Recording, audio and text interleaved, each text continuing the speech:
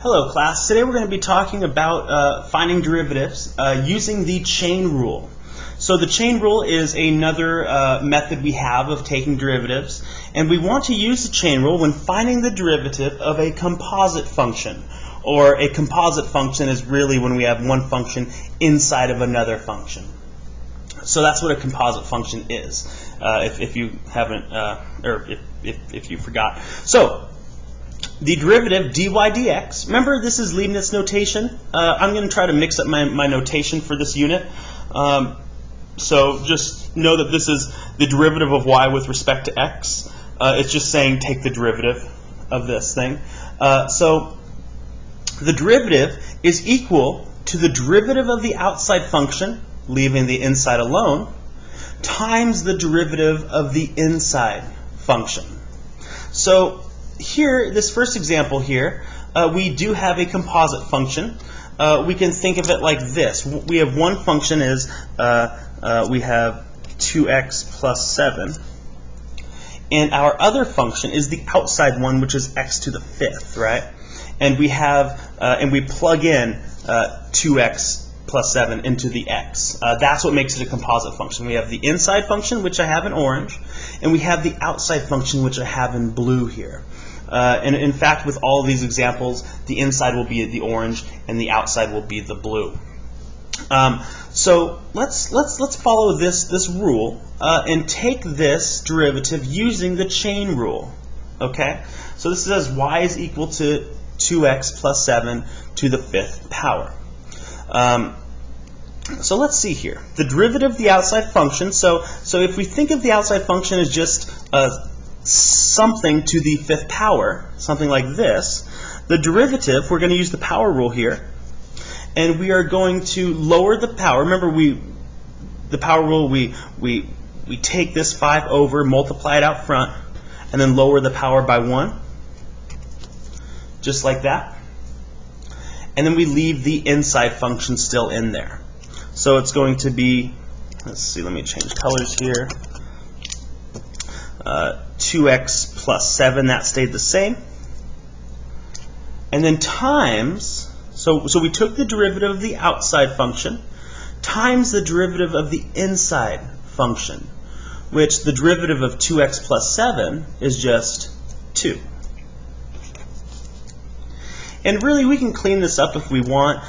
We can just multiply the 2 out front to that 5. So this would really be equal to 5 times 2 is just 10. So 10 times 2x plus 7 to the 4th. So that is the derivative using the chain rule. This saves us a lot of time because you can think, yeah, I can multiply this all out and then take the derivative just using the power rule, but that's going to take a really, really long time, and it could get really ugly. So the chain rule we like because it's basically a shortcut for us. Let's take a look at another example here. So here we have f of x equals 3x squared minus 8, where the outside function is that square root, and the inside function is the 3x squared minus 8. Well, taking the derivative of a square root, let's see. When taking the derivative of a root, whether it's a square root or a cube root or whatever, it's easiest to convert it into exponential form. So remember that if we have something like the square root of x, that is the same thing as saying x to the 1/2 power. So we need to recall this old notion, okay? So how about I rewrite this thing?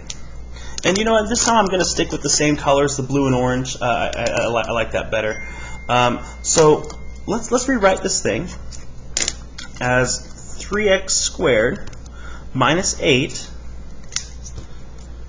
to the 1/2 power. So notice I haven't taken the derivative or anything yet. This is still, in fact, my f of x. Okay? Well, I'll just go back to it later. Okay. So now let's use the chain rule on this. So we're going to want to take the derivative of the outside. So let's see. It's going to be 1/2 times whatever we have in the middle, and then we lower this power by 1. I know we haven't worked with fractions yet when dealing with powers and taking derivatives, but every time you just lower it by 1. Like here we went from 5 to 4. Well, here we're going to go from 1/2 to negative 1/2. 1/2 minus 1 is negative 1/2. And then we still have this 3x squared minus 8 business on the inside. So we've done the first part of the chain rule. Now we need to take the derivative of the inside. And the derivative of the inside, excuse me for that. The derivative of the inside is going to be, let's see, we multiply this, we take this 2 down, multiply it to the 3, so that's going to be 6x. And the negative 8 goes away. So this is our derivative. And, you know, I actually haven't used, I'm going to call this d dx. Okay. Oh, and this should have actually been dy dx. So, Leibniz notation, you might notice there's a difference here. This is dy dx, this is d dx. Generally, if we're given y equals, we put dy over dx. If we're just given like a function, it's just generally d over dx. Or you could put df dx. People also do that, whatever the outside letter is. Okay, awesome. Let's do some more examples here. So now we have x squared minus 6x plus 7 to the negative 7th power. So notice there's that negative there. So let's take the derivative. So I'm going to say d dx is equal to, let's see, our outside, okay, so we have to the negative 7 power. So we're going to take that down out front and multiply it, so negative 7. And then negative 7 minus 1 is just going to be negative 8. Notice we still subtract 1. Think about it on the number line, okay? And then we still have the inside here, x squared minus 6x plus 7, and then times the derivative of the inside. So the derivative of the inside is going to be 2 times x, or sorry, we're gonna move this down, so this is going to be 2x, and then the x goes away, so it's going to be 2x minus 6, and the 7 goes away. So there we have it. That's the derivative of this guy up here. Okay, so let's go on to a trig function. So now we're dealing with sine, sine of something. Now, notice the inside here. Well, first, when we had, notice this, when we had sine of x, the derivative was just cosine of x, right? But we can't do that just yet because we have a function inside of the sine function, right? Now, if it were just sine of x, yeah, I could just take the derivative of cosine of x. But instead of x, we have x squared plus 4x. So in this case, we will have to use the chain rule.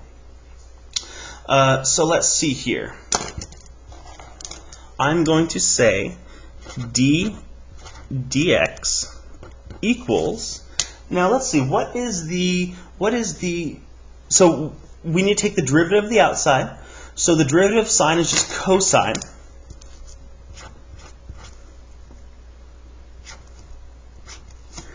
And we leave the inside the same, x squared plus 4x. And we multiply it by the derivative of the inside. So the derivative of the inside is going to become 2x.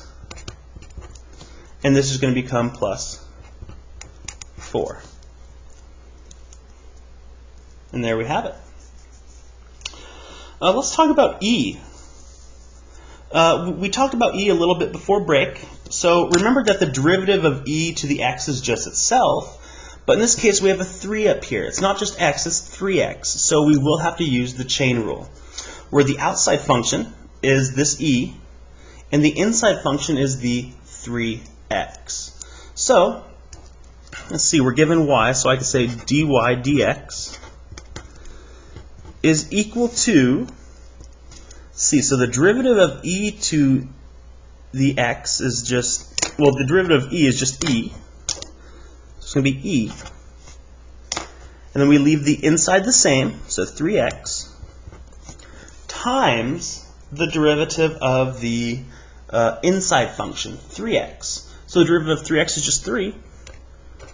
So there we have it. And if you wanted to write it a little nicer, you can just move that 3 out front.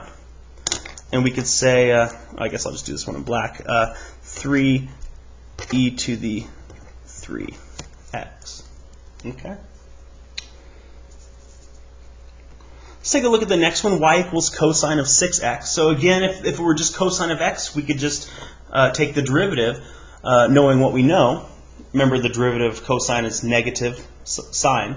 But because there's this 6x, we have to use the chain rule, but it's not that bad.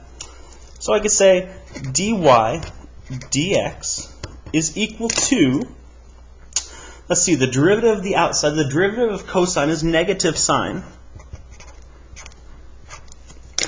And then we keep the inside function, times the derivative of the outside.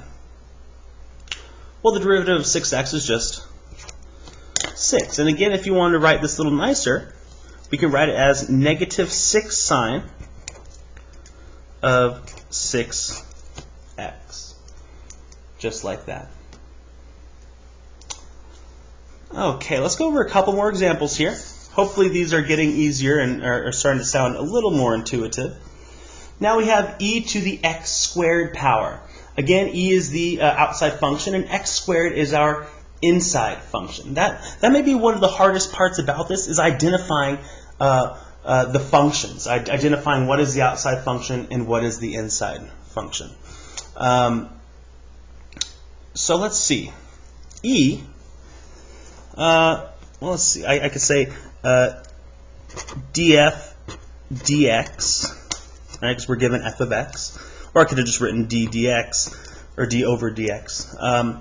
Okay, so the derivative of e is just e. And we keep the inside function, so e to the x squared, times the derivative of the inside function. X squared is going to become 2x. Or we can think about it as, let's see, 2x e to the x squared. Something, oh, that should be an e. That looks like a c. There we go. Something like that. Okay, so going over the last example here, it's another square root example. So remember, when dealing with square roots, the easiest thing to do is just to turn it into exponential form. So here I can say dy dx, the derivative of y, is, oh no, I don't want to take the derivative just yet. Got ahead of myself. I want to rewrite it in exponential form. I just said that. Okay.